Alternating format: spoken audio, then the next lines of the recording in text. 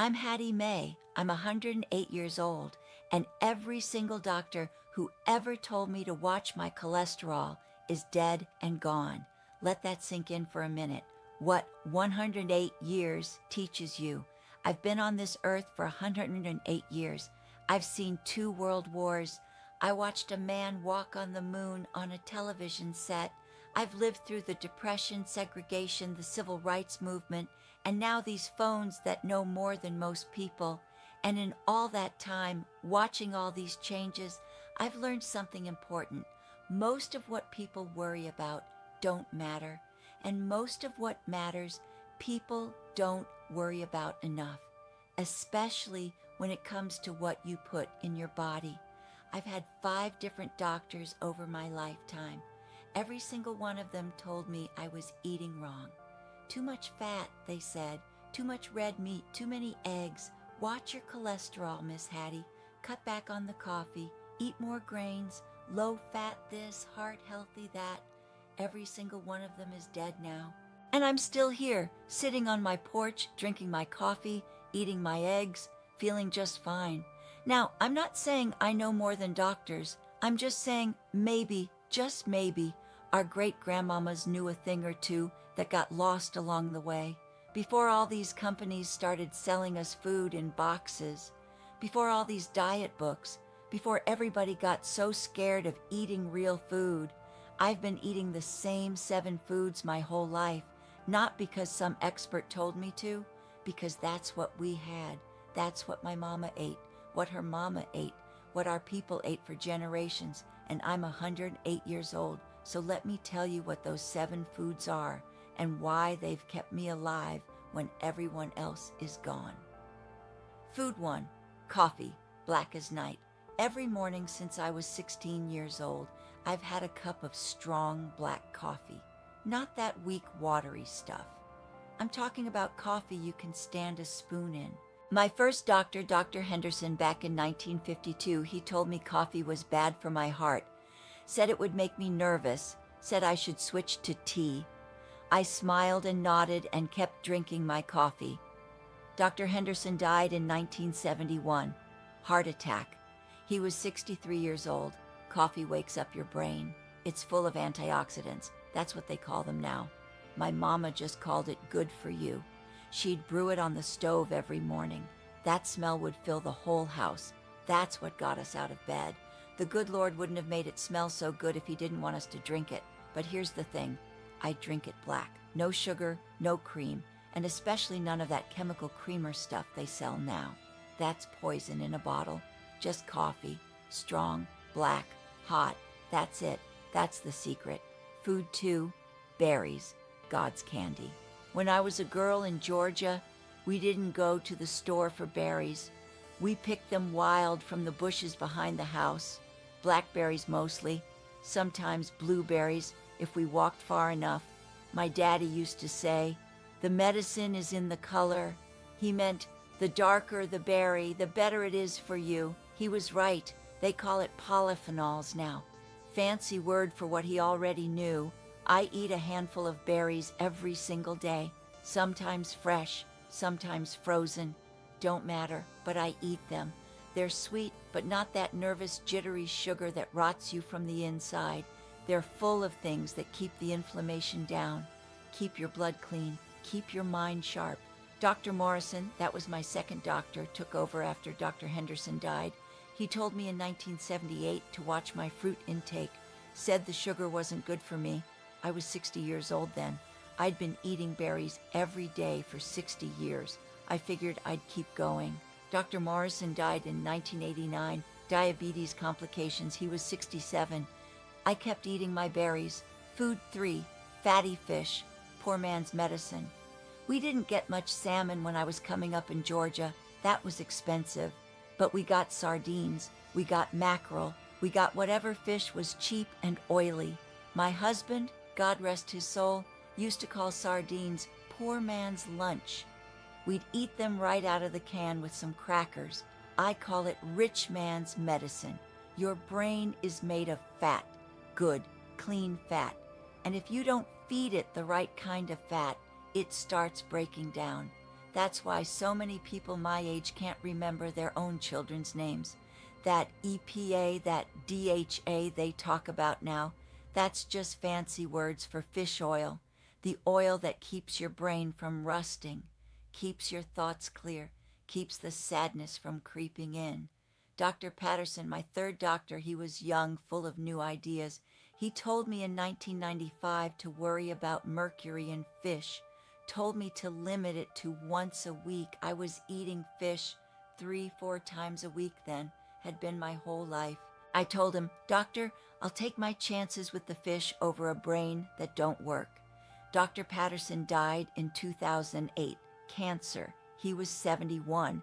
I'm still eating my sardines. Food 4, eggs, the perfect food. For 50 years, they told us eggs were going to kill us. The yolk would clog our arteries, give us heart attacks. We should eat egg whites only. Throw the yolk away. Throw away the yolk. Can you imagine? That's where all the power is. The yolk has choline for your brain, lutein for your eyes. It's a perfect little package of life. God made it that way for a reason. I eat 2 eggs every single morning, fried in bacon grease, and my heart is still ticking just fine at 108 years old. Dr. Chen, my 4th doctor, she was very concerned about my cholesterol. She told me in 2001 I needed to cut back on eggs. Maybe 3 a week, she said, and use that spray oil, not bacon grease. I smiled.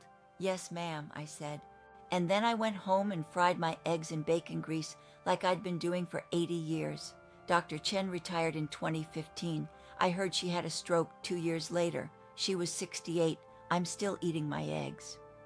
Food 5, red meat, grass-fed strength. This is the one that really gets people worked up. Red meat. They say it's going to kill you, give you cancer, clog your arteries, make you die young. Well, I've been eating red meat my whole life, and I'm 108 years old, so maybe that theory needs some reconsidering. But not just any red meat. I'm talking about meat from a cow that actually walked around in the sun, ate grass, lived like an animal is supposed to live. Not that factory stuff they pump full of hormones and feed corn to. Your body needs what's in that meat. Iron, B12, carnitine. Those are the things that give your muscles strength, keep your blood strong, keep you from feeling weak and tired all the time. You feel weak, you feel tired, it ain't because you're old, it's because you're eating chicken breast and tofu and wondering why you got no energy. My mama used to say, a cow is just a machine for turning grass and sunshine into strength. She was right.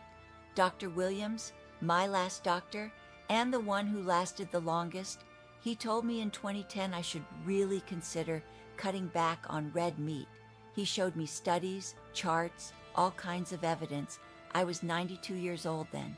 I told him, Doctor, I appreciate your concern, but I think I'm going to keep doing what I've been doing. Dr. Williams died last year, heart attack. He was 74 years old. He jogged every morning, ate a low-fat diet, did everything they tell you to do. I'm still here, still eating my beef. Food 6, fermented foods, the gut garden. We didn't call it fermented foods when I was growing up. We called it sauerkraut, pickles, buttermilk. We called it food that lasted through the winter. But it's food that's alive, full of good bacteria. Your gut is like a garden. You gotta have good soil. If you just got weeds in there, bad bacteria, inflammation, all that, you're going to be sick. These fermented foods put the good stuff back in. They keep your digestion right. And a happy gut is a happy life. My mama made sauerkraut every fall. We'd eat it all winter. Sometimes she'd make pickles from the cucumbers in the garden. We always had buttermilk in the icebox. Now they sell probiotics in pills, $40 a bottle. For what? For bacteria you can get from a jar of pickles. I eat something fermented every single day. Has been that way my whole life. And my stomach works just fine. Food 7, raw cacao, dirt and magic. This is my little secret, my treat, not chocolate. Not that sugary stuff they sell at the checkout counter. I'm talking about raw cacao powder, the real stuff, the kind that tastes like dirt and magic mixed together. I put 1 spoonful in my coffee every morning, have been doing it since I was in my 70s, learned about it from a woman at church who was from South America. It's got something in it, they call it PQQ now, that tells your body to make new mitochondria, new spark plugs, new energy. At my age, it wakes up your brain, gives you a little fire. It's the best kept secret there is. But here's the real secret now. I've told you my 7 foods: coffee, berries, fatty fish, eggs, red meat, fermented foods, cacao. That's what I eat, have been eating my whole life. But if you think that's the only reason I'm 108 years old, you're missing the point. The food is the fuel, but it ain't the engine. The engine is your spirit. You got to have a reason to get up in the morning. You got to have people to love. You got to have faith. You got to forgive people who wronged you. You got to laugh even when it hurts. You got to sit on the porch and watch the sun go down and thank the good Lord for another day. You can eat all the red meat and eggs in the world, but if your heart is full of bitterness, you're going to get sick. If you hate yourself, hate your life, hate the world, that'll kill you faster than any food ever could. I've known people who ate perfect, did everything right, dead at 60 from stress and anger. I've known people who ate terrible, lived to 90 because they were happy, because they loved people, because they had joy. Food matters, but what's in your heart matters more.